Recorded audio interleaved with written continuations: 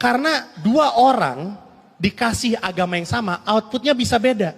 Tergantung dengan latar belakang dia. Latar belakang sosialnya, latar belakang pendidikannya dia. Gue ambil contoh nih ya. Quraisy Shihab, Habib Rizik. Gue gak bilang ada yang lebih baik dan lebih buruk, tapi kita bisa sepakati ini dua orang yang berbeda ya. Ya beda nih. Dua-duanya disiram agama yang sama. Outputnya beda. Padahal berdua, sholat sama-sama 5 waktu. Bacaan sholatnya sama. Baca Al-Quran juga, isinya juga sama. Tapi outputnya beda. Kenapa? Karena manusianya beda. Itulah kenapa gue suka resah ngelihat banyak umat muslim di Indonesia saat ini yang seneng dakwah atau mencoba menyebarkan agama dengan cara yang keras. Banyak terjadi di Indonesia. Kayak gue pernah tinggal di Kelapa Gading. Di sini ada anak Kelapa Gading, tepuk tangan. Nggak jaga toko lu? Duduk paling depan lagi. Gue juga ada Kelapa Gading dulu, santai-santai. Jangan emosi jiwa. Gue lama tinggal di Kelapa Gading, oke? Kelapa Gading itu adalah kompleks perumahan yang predominantly orang Indonesia keturunan Tionghoa kan? Banyak orang Indonesia keturunan Chinese di situ. Tapi kan tetap ada masjid nih. Gue pernah Jumatan nih di masjid yang ada di Kelapa Gading. Khotbahnya provokatif.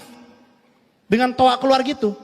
Gue lagi Jumatan nih, lagi dengerin khotibnya bilang, hadirin sekalian, di sekitar kita, di sekitar masjid ini, ada banyak orang berdosa yang tidak mau menyembah Allah Subhanahu wa Ta'ala.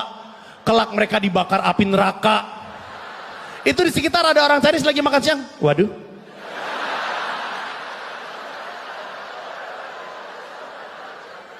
Masuk neraka kita, Ci.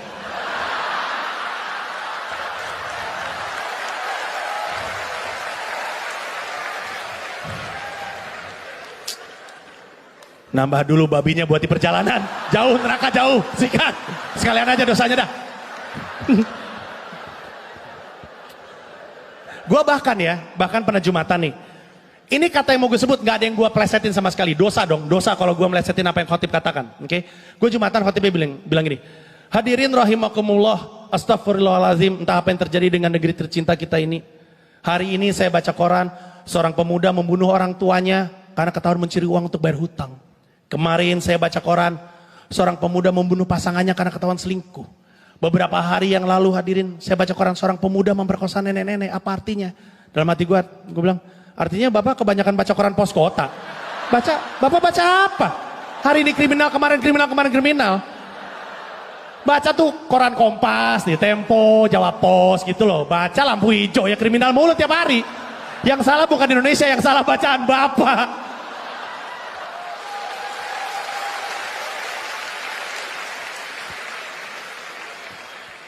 Lo tepuk tangan ya, jadi kalau kita dosa kita masuk neraka bareng-bareng nih. Makanya, sebagaimanapun ada banyak orang Indonesia yang pendekatannya dengan agama keras, jangan pernah percaya label Islam radikal. Jangan pernah percaya ini. It doesn't exist. Itu cuman, ya kompakin, kasihan. Temenin. Kasihan. Tahu nggak kenapa? Karena nggak ada itu. Itu cuma istilah media tuh pengen mendeskripsikan kita, cuman bingung kotaknya apa ya. Oh, Islam radikal. Padahal nggak ada Islam radikal. Karena kalau kita biarin istilah itu ada, orang akan berpikir, emang ada ya Islam yang radikal? Nggak ada. Islam itu sesungguhnya ajaran agama yang damai. Salamnya adalah doa untuk orang tersebut. Yang benar adalah ada orang radikal. Kebetulan Islam. Ya, orang radikal, kebetulan Hindu. Orang radikal, kebetulan kribo. Emang ada kribo radikal? Nggak ada. Kayak istilah ini, Avanza maut. Pernah dengar istilah itu nggak? Kalau ada kecelakaan, ada mobil nabrak banyak orang sampai meninggal, Avanza maut. Nggak ada Avanza maut, nggak ada istilah itu. Adanya orang naas yang kebetulan lagi naik Avanza. Karena kalau emang ada Avanza maut, nggak ada yang mau beli Toyota. Kasian. Ih, ganti mobil. Yoi, Avanza. Yang maut itu. Yoi, adrenalin, selera pemberani, adventure.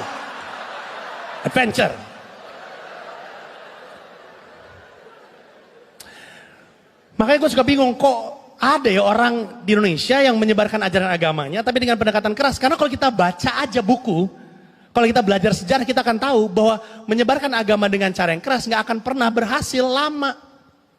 Mari kita bahas sejarah, belajar dikit. Mari kita bahas Andalusia. Oke.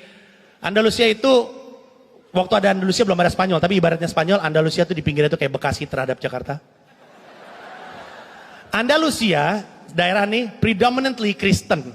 Oke. Perang dengan kerajaan Islam. Kerajaan Islam menang, namanya berubah jadi Al-Andalus. Satu Andalusia yang tadi Kristen, semuanya masuk Islam. Masuk Islam semua. Tapi karena dimenangkan lewat perang, ada tersisa dendam.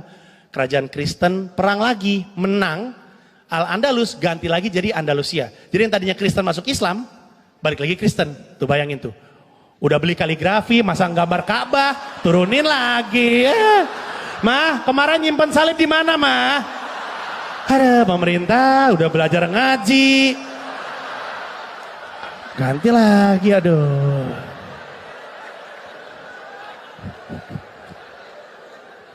Sebaliknya, Islam adalah agama terakhir yang masuk Indonesia. Betul? Ini untuk yang tidak beragama Islam. Lalu tinggal di sebuah negara dengan umat muslim terbanyak di dunia. Jadi untuk tidak mau tahu tentang Islam agak ignorant. Gue ceritain aja supaya lo tahu perspektif ini. Islam adalah agama terakhir yang masuk Indonesia. Sebelum ada Islam di Indonesia, semua agama udah ada. Kristen, Hindu, Buddha, Katolik, Konghucu, animisme, dinamisme. Ada yang nyembah tomat, kaleng kerupuk, semua. Ada semua tuh. Oh, kaleng kerupuk yang terhormat. Mohon maaf, kaleng kerupuk hijau. Maha karat dengan semua kerupukmu. Udah ada semua tuh. Islam masuk terakhir, sekarang umat muslimnya terbanyak dengan jumlah yang sangat jauh. Kenapa? Karena waktu itu Wali Songo menyebarkan ajaran agama Islam dengan pendekatan budaya, dengan damai, dengan seni. Dulu Sunan Kalijaga dakwah lewat wayang. Wayang yang pada zaman itu erat dengan kultur Hindu India. Ya kan? Wayang kan dulu Hindu gitu ya. Tapi Sunan Kalijaga tuh nggak anti sama yang kayak gitu-gitu, dimanfaatkan, nggak kayak zaman sekarang. Waktu itu sempat ada wacana yoga mau dibikin haram. Apa coba?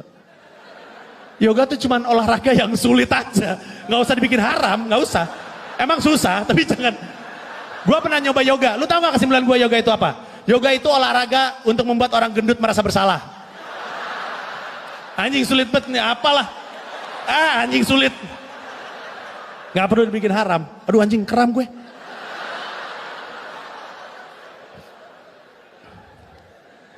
Sunan Kalijaga dakwah pakai pewayangan karena dia tahu orang Indonesia senang didongengin dan gratis. Semua orang boleh masuk tapi syaratnya satu dan gua nggak bohong lu bisa baca ini. Kalau mau nonton wayang yang dakwah Islam gratis tapi kalau masuk harus baca 2 kalimat syahadat. Jadi semi-semi jebakan Batman tapi nggak apa-apa demi Islam Allahu Akbar, it's okay. Nggak apa-apa. Walaupun kasihan ya. Berangkat dari rumah Hindu balik-balik Muslim. Ada anak pulang nonton wayang, Assalamualaikum. Waalaikumsalam. Ngomong apa kamu? Ma kok Assalamualaikum? Habis nonton wayang Pak. Oh bilang dong.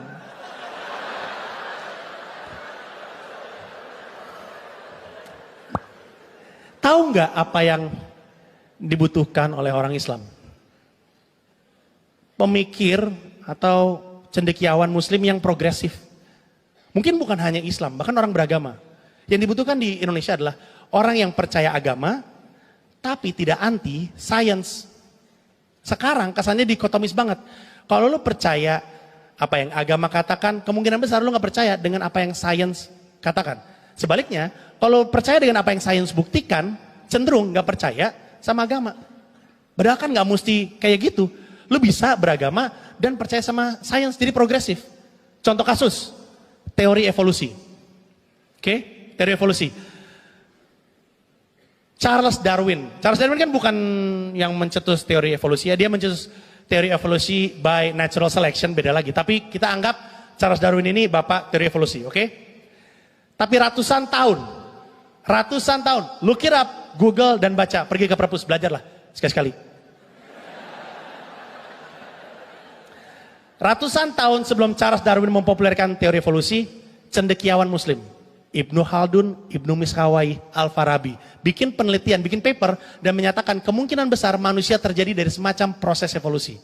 Ratusan tahun sebelum Charles Darwin. Gue bukan memuji orang Islam, maksud gue adalah dulu orang beragama tapi progresif secara pemikiran. Ini bener loh, gak ada yang tahu nih. Orang taunya yang Charles Darwin. Ini anak indie, ini anak pop, ini indie. Ini efek rumah kaca, ini Afgan lah gitu. Sama-sama keren tapi gak ada yang tahu. Ini kayak orang tahu Uptown Girl dari Westlife padahal Billy Joel gitu loh. Kayak gitu, beda. Nah, dulu orang tuh progresif. Gue tau dari mana ini? Dari baca buku. Bukunya Quraish Shihab gue baca. Dan Quraish Shihab itu adalah ahli tafsir yang dihormati ya. Bukan cuma di Indonesia, di seluruh dunia. Jadi kalau lo gak percaya, lo cari dulu orang ahli tafsir yang lebih hebat daripada dia. Di bukunya gue baca, Quraish Shihab ditanya, Islam tuh percaya teori evolusi gak sih? Beliau bilang, bisa jadi. Beliau gak bilang ya, beliau gak bilang enggak.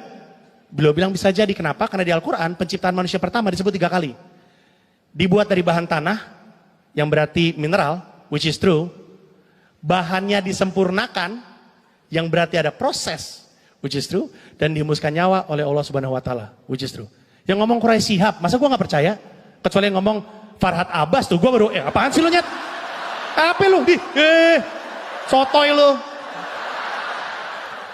Kalau Farhad Abbas yang ngomong, gue gak percaya. Ini Quraish Shihab, masa gue gak percaya sih? Poin gue adalah, menjadi umat beragama, harusnya membuat kita jadi orang yang lebih baik, apapun agama lu. Bukan membuat orang merasa paling benar. Karena ketika lu merasa paling benar, lu cenderung mengkoreksi yang menurut lu salah. Dan ketika lu mengkoreksi yang menurut lu salah, disitulah terjadi perpecahan. Salah satu masalah terbesar manusia adalah ketika dia merasa benar, dia merasa boleh ngelakuin segalanya kepada yang menurut dia salah. Kalau dia merasa dia lebih mulia, dia boleh ngelakuin apapun kepada yang gak mulia.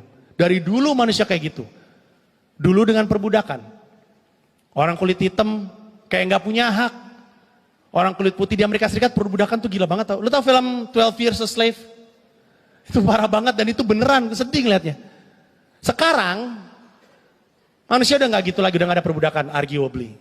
Tapi, kelakuan kita, manusia yang suka sembarangan sama yang kita rasa tidak semulia, sama kita masih terjadi sekarang, yaitu sama satwa.